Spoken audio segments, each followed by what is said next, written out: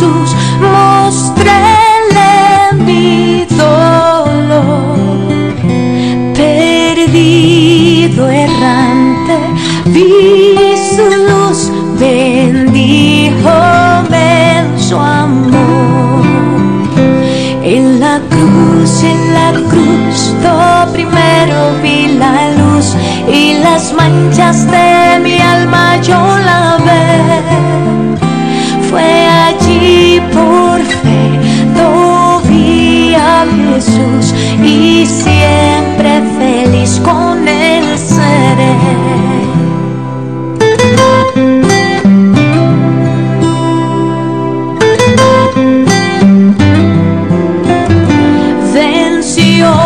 La muerte con poder y al cielo se exaltó.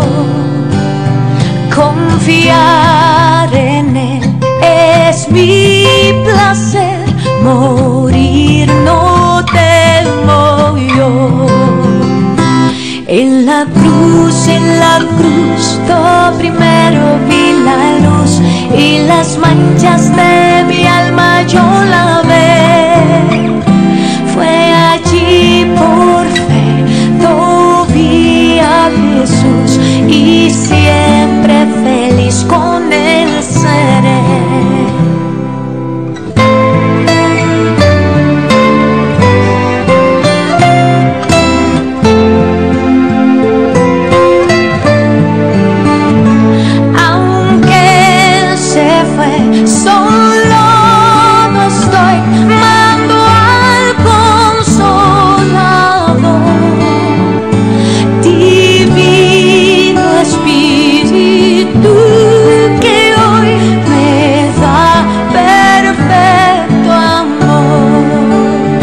En la cruz, lo primero vi la luz y las manchas de mi alma yo lavé. Fue allí por fe, lo vi a Jesús y siempre feliz con él seré. Y siempre feliz con él seré. Así es, muy buenos días, iglesia amada. Y siempre feliz con él seré. Es un gozo y una alegría poder estar con usted una vez más a través de Radio de Oración. Bueno, y como le hemos anunciado ahora nuevamente con la 99.1 FM, ahí estamos los 7 días, 24 horas. Es una estación que podemos estar los 7 días, todos los momentos que usted tenga la oportunidad de escucharnos aquí en la ciudad de Charlotte. Con mucho gusto aquí vamos a estar. Y esta mañana, bueno, queremos saludarle a usted también que nos sintoniza en cualquier parte de la nación, en cualquier parte de Latinoamérica o a través del mundo entero. A través de la página es el www.radiodoracion.com. Ahí estamos también los 7 días, 24 horas de la semana. Bueno, en esta mañana queremos darle la bienvenida una vez más al pastor Natividad Ramos, que pues muy esencialmente nos está hablando de la epístola de Santiago, una carta muy linda, muy maravillosa. Yo sé que Dios está glorificando a través de lo que se nos está enseñando. Pastor, muy buenos días. Muy buenos días, hermano Isaí. Gracias a Dios por esta bendición de encontrarnos aquí para presentar la palabra, y lo hacemos con verdadero gozo y estamos listos, hermano. Amén. Gracias, pastor. Y bueno, estamos hablando acerca, bueno, usted es el que está hablando, acerca de la carta, esta carta tan linda de Santiago. Yo sé que es una carta que nos está hablando, como usted decía, no se hagan muchos maestros, ya que a través de las enseñanzas podemos perjudicar, pero queríamos hablar, como hablamos el otro día, no se está hablando acerca de los maestros de la escuela dominical, ni aquellos que están interesados en participar dentro del cuerpo de Jesucristo. Estamos hablando de grandes líderes que trastornan muchas veces el evangelio, y yo sé que por ahí es que va la enseñanza en esta mañana. Gracias, pastor, una vez más, los micrófonos son suyos. Sí, muchas gracias. Y claro, es muy buena la observación para nuestros hermanos, y que al estar hablando acerca de esta cuestión de los maestros, no se les olvide que estamos hablando en términos de maestros por ministerio. Es decir, en Efesios es muy claro que hay apóstoles, profetas, evangelistas, pastores, maestros por ministerio. Es decir, hay de por medio un llamamiento del Señor para que ejerzan ese ministerio. Pues es una cosa. La segunda, estamos hablando de maestros, de gentes que se hicieron maestros a sí mismos sin tener llamamiento de por medio. De eso es de lo que Santiago está hablando, del gran peligro de tener estas clases de enseñadores en la iglesia de Jesucristo. Por supuesto que esto nada, pero nada tiene que ver con los maestros tan preciosos de la escuela dominical, de quien yo le podía contar historias extraordinarias, producto de tantos de nuestros hermanos, particularmente hermanas, que han sido apasionadas, verdaderas apasionadas para enseñar la fe de Jesucristo, y que han producido a la larga resultados preciosos. Yo puedo contarle un testimonio impresionante. Sin embargo, bueno, el tiempo corre en contra, así que yo creo que esta aclaración tampoco significa que usted no pueda enseñar a otros la fe de Jesucristo, que no les dé testimonio, que no los evangelice. No ese es el punto. Lo que hemos estado tratando es asuntos ministeriales, asuntos de gente que, sin ser llamados al ministerio de enseñar la palabra, han tomado el atrevimiento de usurpar funciones, de tal manera que al no haber un llamamiento de por medio, no existe en ellos una operación que sucede en los maestros por llamamiento, o en los pastores, o en otros, donde hay un ingrediente sobrenatural que los habilita más allá de lo que sería mero conocimiento. Entonces, lo que estamos tratando es una cuestión que reviste alta gravedad, porque son gente que es oída por muchos. Ahora, en realidad, Santiago le ha dedicado 2 capítulos, y eso tendría un lenguaje por sí mismo, que significa que el Espíritu de Dios estaba considerando esa aberración como cuestión de suma importancia para la iglesia de Jesucristo, o también de suma importancia para los tiempos cuando se ha venido la apostasía. Entonces, seguimos pues con Santiago en el capítulo 4. Yo creo que en 5 mensajes más habremos terminado estos mensajes de Santiago, y hay algo que tengo en mi corazón, es por ejemplo 1 Corintios 13, que son unos estudios preciosos. Está Primera de Pedro, están tantas cosas de las que habremos de hablar si Dios nos lo concede, pero esta vez voy a leer el capítulo 4, versículo 11 hasta el 17. Hermanos, no murmuréis los unos de los otros. El que murmura del hermano y juzga a su hermano, este tal murmura de la ley y juzga a la ley. Pero si tú juzgas a la ley, no eres guardador de la ley, sino que eres juez. Y luego dice, uno es el dador de la ley, que puede salvar y que puede perder. Es decir, nadie puede atribuirse el derecho de decir quién se salva y quién se pierde. ¿Quién eres tú que juzgas a otro? Ahora los que decís, hoy y mañana iremos a tal ciudad y estaremos allá 1 año y compraremos mercadería y ganaremos. No sabéis lo que será mañana, porque ¿qué es vuestra vida? Ciertamente es un vapor que se aparece por un poco de tiempo y luego se desvanece. En lugar de lo cual deberíais decir, si el Señor quisiere, y si viviéremos, haremos esto o aquello. Mas ahora os jactáis en vuestras soberbias. Toda jactancia semejante es mala. El pecado pues está en aquel que sabe hacer lo bueno y no lo hace. Muy bien, entramos entonces de nuevo a esta cuestión, y por las cosas que Santiago sigue tratando en este pasaje, la verdad, y yo digo que ya es demasiado tiempo el de Santiago, pero le dedicó tiempo el Espíritu de Dios. Y no hay duda que aún esos últimos versículos se los dedica a esos mismos que se hicieron maestros y que lo hicieron a pesar de la advertencia de Santiago, advertencia a la que no hicieron caso, no obedecieron. Y digo no obedecieron porque lo que dijo Santiago debe entenderse como una orden categórica,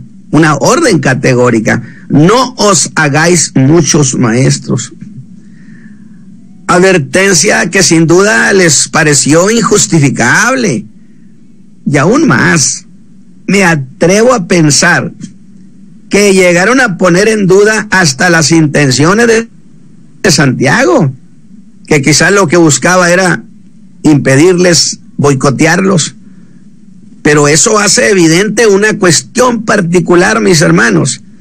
Fíjese bien, que siendo que las palabras de Santiago vinieron a él en un acto de previsión espiritual, es decir, una operación del Espíritu de Dios en Santiago, por eso ellos no lo entendieron así, porque en ellos había una gran insensibilidad espiritual. Le voy a decir por qué. Porque alguien que es espiritual no tiene dificultad para entender a otro que es espiritual. Pero ellos, además, confiados en sus conocimientos seculares y la facilidad de palabra de la que hacían gala, se hicieron maestros. Y claro que alcanzaron éxito. Y claro, digo éxito en términos de cuántos gustaron de oírlos. Y eso pareció darles la razón, y que Santiago estaba equivocado. Sin embargo, sus éxitos los habrían de llevar a la tragedia. Y hay dos palabras que acompañan esta versión de Hechos. Una, soberbia, y la otra, jactancia.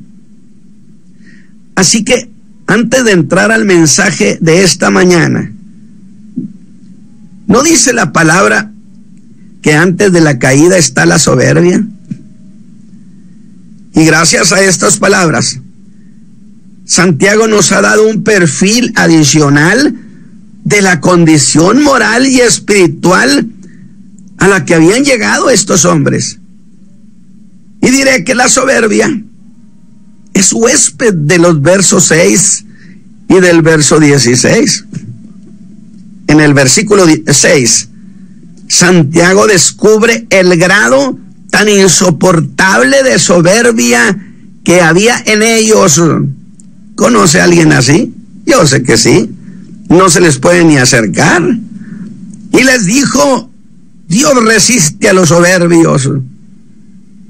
Mientras que en el versículo 16 les reclama, no solo que son soberbios consumados, sino que en su insensibilidad espiritual se jactaban de ser soberbios. ¿Qué le parece? Pues ser soberbios llegó a parecerles una actitud necesaria para conservarse a distancia de muchos y conservarse en sus alturas. Y mire cómo les dice: mas ahora os jactáis en vuestras soberbias. No solo eran soberbios, altivos, sino aún se complacían en ser reconocidos como tales. Desde luego que aunque esto fue escrito a la iglesia, fue escrito a los hermanos, a los de Israel, pero estaba hablándole de esos maestros. Por supuesto que esta carta es eminentemente nuestra y tiene enseñanza para todos nosotros. No solo eran soberbios estos, sino eran altivos y se complacían en ser reconocidos como gente soberbia. Y alguien diría, bueno, es que así es él o así son ellos. Pues entonces le voy a decir que así, según la Escritura, no deben ser los predicadores, ni los creyentes, ni los enseñadores, que usan el clásico conmigo, no cualquiera. Sin embargo, quise tener mejor apreciación de lo que implicaba la palabra soberbia en este pasaje y lo que significaba. No me pareció cosa tan grave, pues a secas significaba confianza propia. Y entonces yo razoné y dije, bueno, pero ¿es acaso cosa muy mala la confianza propia? Es más, no es saludable la confianza propia. La confianza que nace de haber desarrollado las facultades pensantes, el ingenio creativo, de descubrir las posibilidades que hay en cada uno de nosotros, por el simple y glorioso hecho que somos imagen de Dios, chispa divina en nuestra mente, porque en este caso, esa confianza habría de entenderla Santiago como impiedad. La cuestión era que esa autoconfianza había alcanzado grado de soberbia, había desembocado en vanagloria, significaba altivez de espíritu, y esa altivez salió a relucir orgullosa a través de ese pequeño miembro llamado la lengua, que según Santiago se gloriaba de grandes cosas. Hacían alarde de sus grandes logros. ¿Y por qué no? Habrían de decir ellos, después de todo, me ha costado mi audacia, la gente nos sigue. ¿Acaso el hecho de que nos siga tanta gente no tiene sus propios méritos? Oiga, mi hermano, eso es lo que dicen ellos.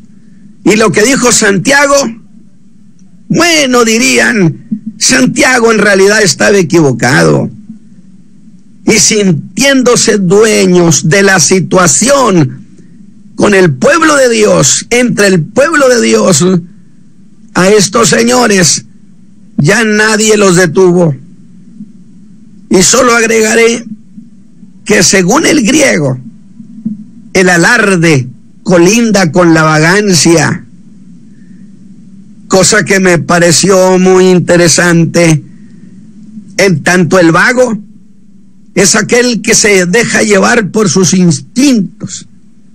Usted sabe, el clásico yo siento, y cuánto creyente no vive su vida cristiana con ese yo siento, yo sentí. Usted sabe, son los que se guían por las sensaciones, pero los hijos de Dios no nos hemos de guiar por las sensaciones, por aquellos de es lo que yo siento. Los hijos de Dios debemos guiarnos por los principios de la fe cristiana, aunque esté en contra de lo que nosotros sentimos. Algunas veces a eso lo he llamado vagancia cristiana. Desde luego, con mi reserva, si eso fuera propio decirlo así, pero lo dudo, pero lo he dicho. Una vagancia de creyentes. Y esto debemos meterlo en el alma, mis hermanos. Usted no se guíe por lo que sienta en la fe. Guíase por lo que dice la palabra, por lo que dice la Escritura. Y el griego me dijo desinteresado, pues ahí está eso, por si te sirve de algo. Y esta mañana yo les hago a ustedes la misma pregunta, mis hermanos, donde quiera que me están escuchando. Soy un hombre que conserva la fe, tengo 52 años en el ministerio. ¿Le sirve a usted estas ideas para algo? Lo que Santiago ha dicho, júzguelo. Pero déjeme señalar otra cuestión. Y es que Santiago dice que la soberbia tiene por compañera la jactancia. Pues dijo que ellos se jactan de grandes cosas. Qué interesante. Yo siempre he dicho, gracias Dios porque me has guardado de tener el síndrome de Elías. ¿Cuál es ese? Santiago dijo, ya nada más yo quedo. Y Dios le dijo, hay 7,000 además de ti. De tal manera que nunca jamás podremos sentirnos los únicos, porque el Señor tiene más pueblo, más ministros, más maestros, más gente que enseñe de manera contundente y gloriosa la fe. Pues estos se jactan de grandes cosas. Y la más grave, según el capítulo 3, versículo 14, se jactan de mentir contra la verdad. ¿Qué cosa es eso? Es hablar falsamente contra la verdad. Era afirmar que lo que ellos enseñaban, esa era la verdad del Evangelio de Jesucristo. Yo no sé si echarían mano de contarle a la gente que había revelación. Pues al echar mano de la sabiduría mundana, al no estar informados del Espíritu de Dios y nutridos de la fe, no les quedó más que echar mano de la sabiduría mundana, y ellos afirmaron que eso constituía las verdades de la fe, y necesariamente estaban mintiendo contra la verdad. Hablaban temerariamente y se regocijaban de lo dicho. Y es así como empezamos a entrar al final de este capítulo. Muy pronto vamos a despedir el capítulo 4, empezando con los versículos 11 y 12. Yo quiero que usted asimile estas cuestiones, son conceptuales. Aunque debo decir que desde el verso 11 hasta el 17 es un todo. Ya esto lo he titulado como los que se erigen en jueces y disponen del mañana, que es un acto de soberbia. Pero ahora solo usaré los versículos 11 al 12 que dicen: hermanos, no murmuréis los unos de los otros. El que murmura del hermano y juzga a su hermano, este tal murmura de la ley y juzga la ley. Pero si juzgas a la ley, no eres guardador de la ley, sino juez. Uno es el dador de la ley, que puede salvar y perder. Por eso yo he dicho, a muchos les han dicho que ya Dios no los quiere. Y muchos de los que me están oyendo saben que es verdad. Les han dicho ya Dios los ha desechado. Discúlpeme, pero el que tiene la última palabra es el crucificado. Alabado sea Dios. Desde luego que nosotros exigimos que aquel que diga que el Señor lo ha perdonado, dé evidencia de perdonado. Pero eso no le quita al Señor su papel de juez el que puede salvar y puede perder. ¿Quién eres tú que juzgas a otro?, dice Santiago. Y esto lo voy a decir a mi manera. ¿Qué sería? ¿Quién eres tú que juzgas a otros y te atreves a decir quién se pierde y quién se salva? ¿Ve eso? ¿Ve esa cuestión? Porque muchos son tan atrevidos que lo dicen públicamente. Aquel ya está fuera, Dios ya no lo ama, ya Dios no lo quiere, ese hombre está bajo maldición. Pues ¿quién eres tú? ¿Quién eres tú? Y siempre he dicho, no les tema a esos. No puede ser maldecido aquel a quien Cristo ha bendecido. Terroristas son. Y a partir de aquí, Santiago dirige su atención a otro problema que también procede de la soberbia y que causó los pleitos de los cuales hablé en el verso 1 y 2 al 3. Y lo hizo preguntar a Santiago, ¿de dónde vienen las guerras y los pleitos? Y empieza diciendo, hermanos, no murmuréis los unos de los otros. Y yo digo, los unos de los otros. Luego aquello que estaba sucediendo, escúchame bien, era algo así como, si hablas de mí, hablo de ti. Dices algo de mí, te hago lo mismo. Murmuras de mí, yo también murmuraré de ti. Pero seré más directo. Si corres versiones de mí, diría uno, para perjudicarme, yo también correré versiones sobre ti para desprestigiarte. No le está hablando a inconversos, hermanos. No le está hablando a creyentes. Y se está dirigiendo a ese clan de maestros que entraron en competencia feroz y que usaron el desprestigio para sacar a otros, como luego se dice, sacarlos de la jugada. Y yo he sostenido toda mi vida que un ministerio no debe competir con otro ministerio. Y si a usted como ministro dicen cosas, usted no pierda tiempo. Usted solamente trate de saber qué le mandó el Señor a hacer. Y cuando descubra qué le mandó a hacer, hágalo usted lo mejor que usted pueda, aunque haya muchos otros mejores que usted, y verá cómo llega a ser un hombre realizado, un ministro realizado en la fe. Alabado sea Dios. Dijo Pablo, de ninguna cosa hago caso. Pues ¿qué quieres, Pablo? Solo quiero terminar con gozo el ministerio que recibí del Señor Jesús, porque el ministerio se debe terminar con gozo, con alegría.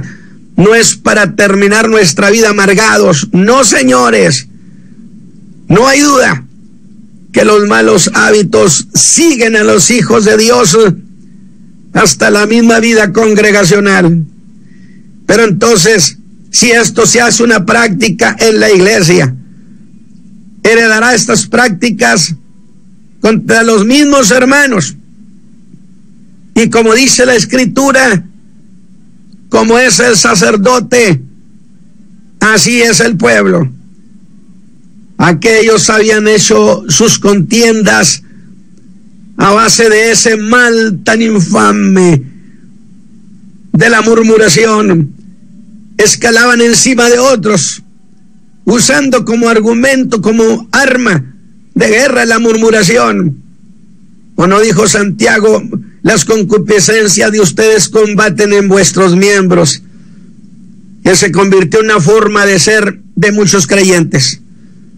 Y en esto debo decir con gran aprensión, con gran vehemencia, que es una pena que una generación de creyentes en la vida congregacional enfermen a la otra generación que está viniendo después de ellos y les hereden sus conflictos. Alabado sea el Señor. No haga eso, no hagan eso, mis hermanos. Herédenle a sus hijos la fe gloriosa y la paz de Cristo. Hábitos conflictivos que luego hacen que la congregación adquiera fama de congregación conflictiva, pues estas pueden llegar a convertirse en males endémicos, permanentes. Décadas van, décadas vienen, y el mal sigue allí, la misma cosa. Hábitos crónicos en los hijos de Dios. Y Santiago está empeñado en erradicar ese mal. Que un creyente hable mal del otro. ¿Qué le parece, mi hermano? O cerramos la carta de Santiago y hablamos de otra cosa. Pero en este caso, ¿qué cosa es murmurar? Busqué y encontré una larga lista de cosas. Era difamar, calumniar, y encontré hasta una palabra, la palabra deslustrar.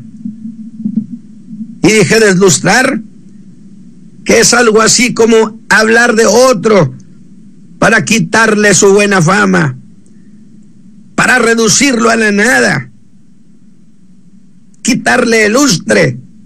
Y viendo esa infamia, Santiago ve que eso va más allá del mero murmurar. Se toman el derecho de juzgar a sus hermanos y hasta les gusta dictar sentencia y decir, ese ya está bajo maldición. Insisto y logro para decirles a mis hermanos en la fe, ustedes no teman semejante cosa. No, señores, no teman, aunque lo diga el mismo diablo. No puede ser maldecido aquel a quien Cristo ha bendecido con toda suerte de bendición. Y lo digo con profunda vehemencia espiritual. No tema que alguien le diga eso, porque dicen ellos que juzgar es un derecho que ellos tienen por la jerarquía que han alcanzado. Nadie tiene jerarquía sobre Cristo Jesús, que es el juez que dice quién se salva y quién se pierde, lo acaba de decir Santiago, y sienten que les asiste una facultad para tomarse semejantes atribuciones. Y yo digo, no hay duda, no hay duda. Santiago ha puesto su dedo sobre una cuestión muy grave: hablar despectivamente de otros creyentes. No lo haga, porque ese creyente es un redimido, y mucho menos tampoco ni de las personas, porque somos hechos a imagen de Dios. Es un representante visible su hermano, un representante visible del Dios que no es visible. Y Santiago dijo, si no amas a tu hermano que lo ves, ¿cómo vas a amar a Dios que no lo ves? Y es entonces cuando Santiago los confronta con una verdad ni siquiera imaginada: que murmurar del hermano y juzgarlo es igual a murmurar de la ley y juzgar a la ley. Pero la soberbia de ellos, de sentirse por encima de todo mundo, alcanza para eso y aún para más. Son atrevidos, contumaces, desmedidos y deslenguados. ¿Pero por qué dice eso? De que es murmurar de la ley y juzgar a la ley. Y entonces yo pregunto, ¿cuál ley? Santiago diría, pues es que solo hay una ley universal, una sola ley que solo puede venir de Dios, que Él es el legislador. ¿Acaso no dijo Jesús que todos los mandamientos de Dios quedaban resumidos en dos? Que son amar a Dios sobre todas las cosas y al prójimo como a sí mismo. Y la ley de Dios, al mandar, amarás a tu prójimo como a ti mismo. El creyente que murmura y dice cosas contra otro, pisotea el mandamiento y entra en conflicto con el que es el legislador de la ley. Condena a los que murmuran de sus hermanos. Murmurar es ese trabajo sucio por debajo del agua. Porque si su hermano ha pecado, hable usted con él sin que nadie lo sepa. Porque algunos dicen, es que yo lo hice por acto de piedad, discúlpeme, morboso. Porque en un acto de piedad entonces se establece el procedimiento, es que usted hable con él solo. Solo. Dele oportunidad. No quiera exhibirlo. Pero muchos quieren murmurar y decir cosas del hermano con el propósito insano de exhibirlo ante los demás creyentes. ¿Qué le parece? No murmuréis los unos de los otros, y mucho más que se atreva a juzgarlo. Y el problema es que lo hacen a título propio, como si ellos fueran los legisladores, como si estuvieran sentados juzgando. En todo caso, si fuera necesario, ¿para qué cree que está la iglesia de Jesucristo? ¿No dijo Pablo a la iglesia de Corinto: júntense ustedes con mi espíritu y entreguemos a tal hombre que ha cometido la barbaridad y el pecado de tener la mujer de su padre, entreguémoslo a Satanás? Ustedes y yo, la iglesia.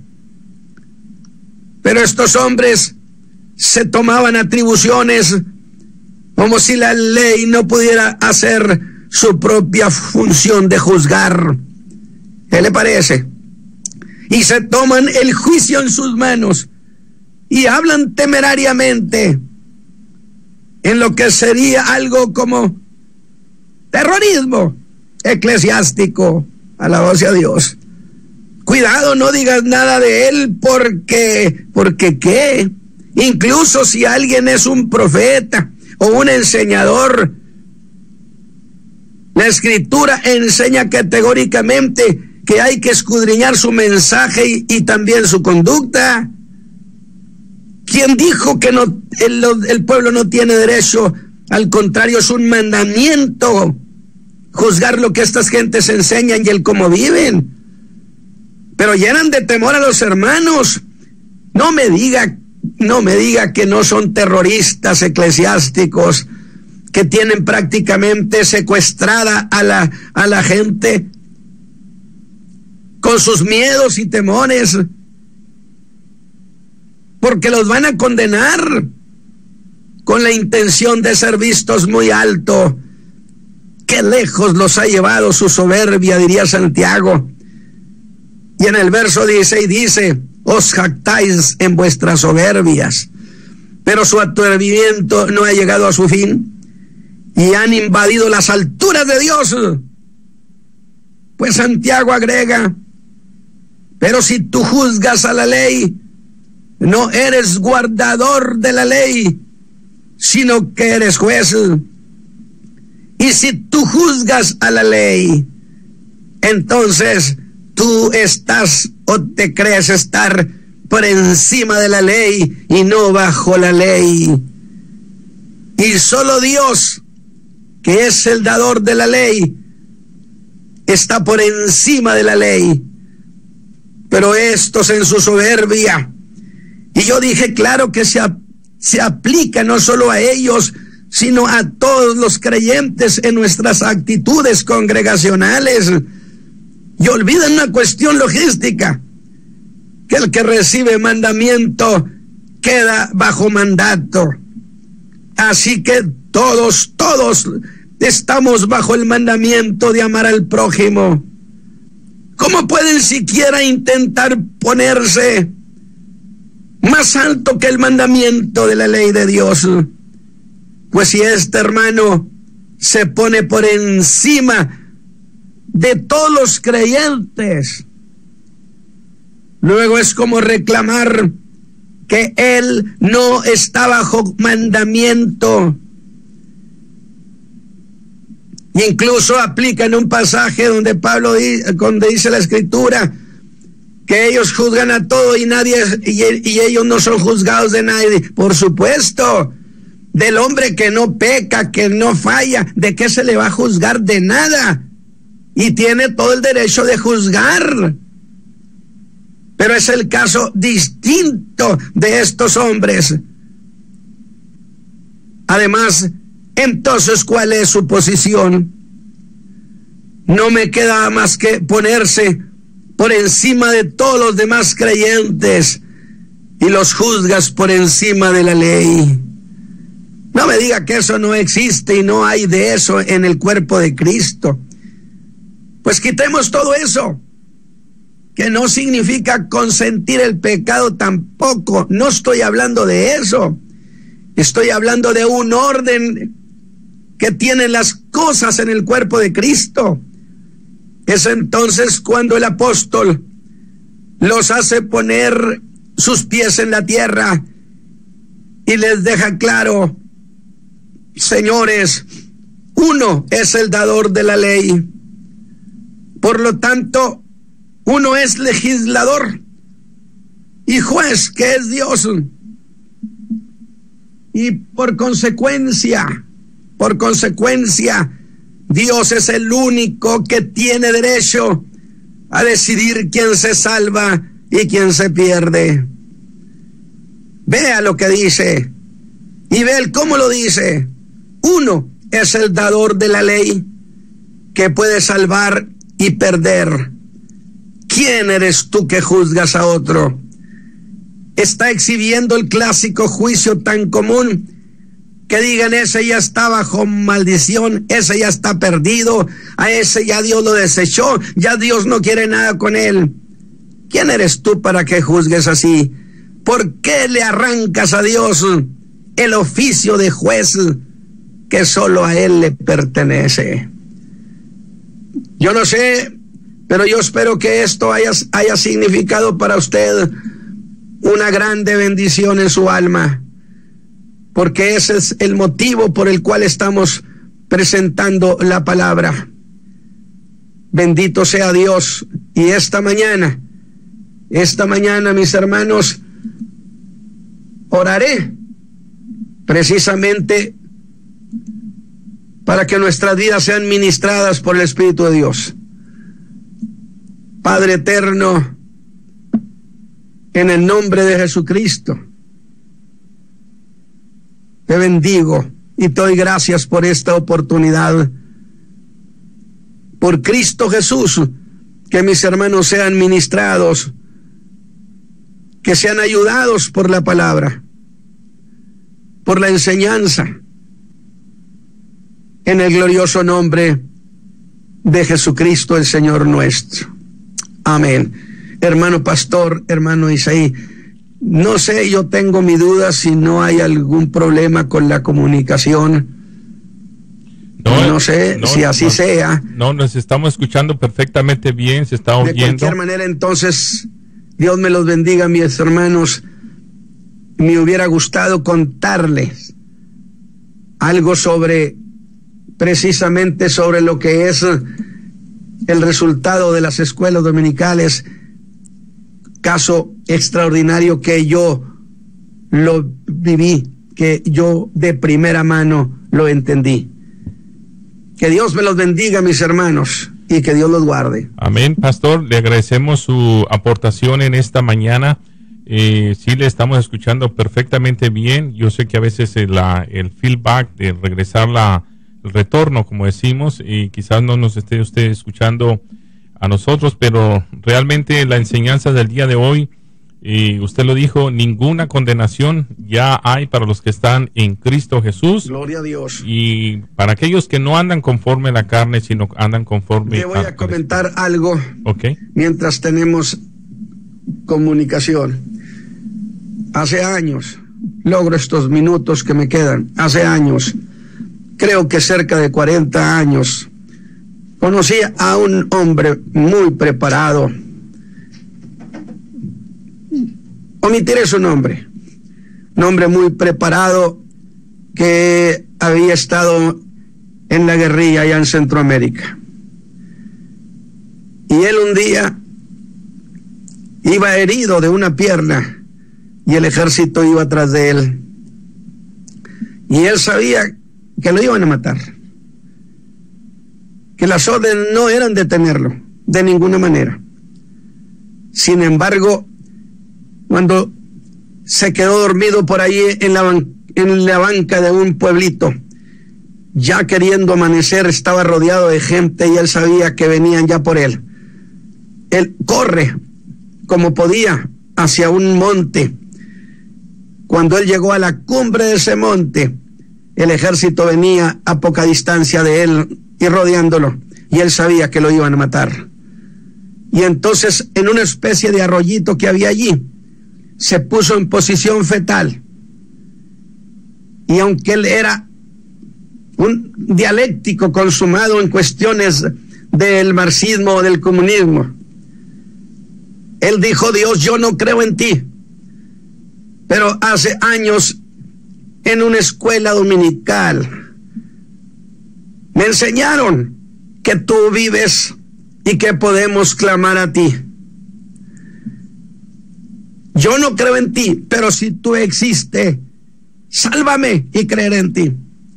Me dice hermano Ramos, pasaron minutos, media hora, una hora, y las voces se fueron perdiendo. Y luego, poco a poco me fui levantando y observando, no había nadie. Me dice: ¿qué fue lo que pasó? Y yo le dije: Dios te cubrió, hablaste con él y él te oyó. Una escuela dominical, algo que una maestra le enseñó, se le quedó en el alma. Por eso amamos tanto la enseñanza, y a esos hermanos y hermanas principalmente que le ponen el alma para enseñar a aquellos muchachitos. De tal manera que luego él se va y se junta con el comando en la selva. Y él ya no compartía cuando hablaban contra Dios, pero su pierna se estaba gangrenando. Él sabía que tenían que ejecutarlo sus compañeros, no podían dejarlo así. Y entonces una noche se fue a lo profundo de una barranca y dijo: Dios, yo sigo pensando que fue casualidad, ley de casualidades, pero si tú existes y creaste el universo, ¿qué problema tienes para sanarme mi pierna? Y si tú haces eso, yo creeré en ti, Señor. Me quedé profundamente dormido, me dice. En la mañana, queriendo clarear, despierto, y lo primero que volteo a ver es mi pierna, que había estado negra y gangrenada, estaba blanca. Alabado sea Dios. Y entonces se entregó a Cristo y se separó. Ya no volvió al campamento, se fue. Lo que señalo es lo que hizo la escuela dominical. Por supuesto, gracias mis hermanas, mis hermanos, que le dedican tiempo a esos chiquitines. El trabajo de ustedes no es en vano. Que Dios me los bendiga, mis hermanos, y que Dios les guarde. Amén.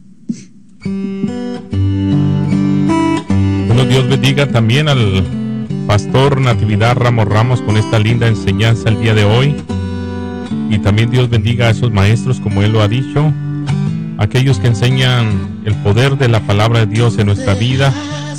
Yo creo que hay personas que han escuchado esta palabra y les ha bendecido en su alma. Yo quiero agradecerle al Pastor Natividad Ramos, que es un maestro en la palabra, es un ministro llamado al trabajo, y eso es lo que está haciendo. Jesús lo dijo en una ocasión: bienaventurados aquellos que cuando Él viniere los encontraré así, haciendo los que le fue ordenado y dicho que hicieran. Esta palabra que haya sido de bendición en su vida, que no se lo olvide, que la importancia de la escuela dominical aún no debe terminar. La importancia de la escuela dominical tiene que seguir.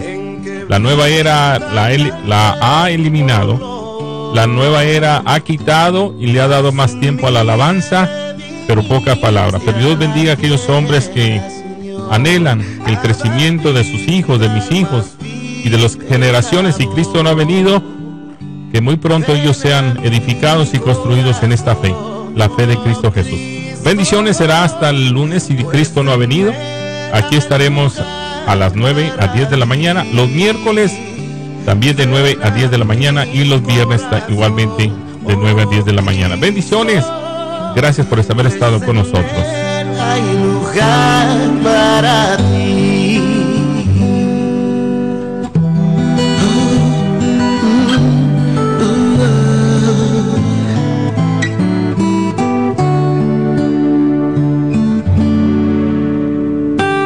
Tú viniste, Señor, con tu gran bendición para dar libertad y salud. Con odio y desprecio te hicieron morir, aunque vieron tu amor y virtud.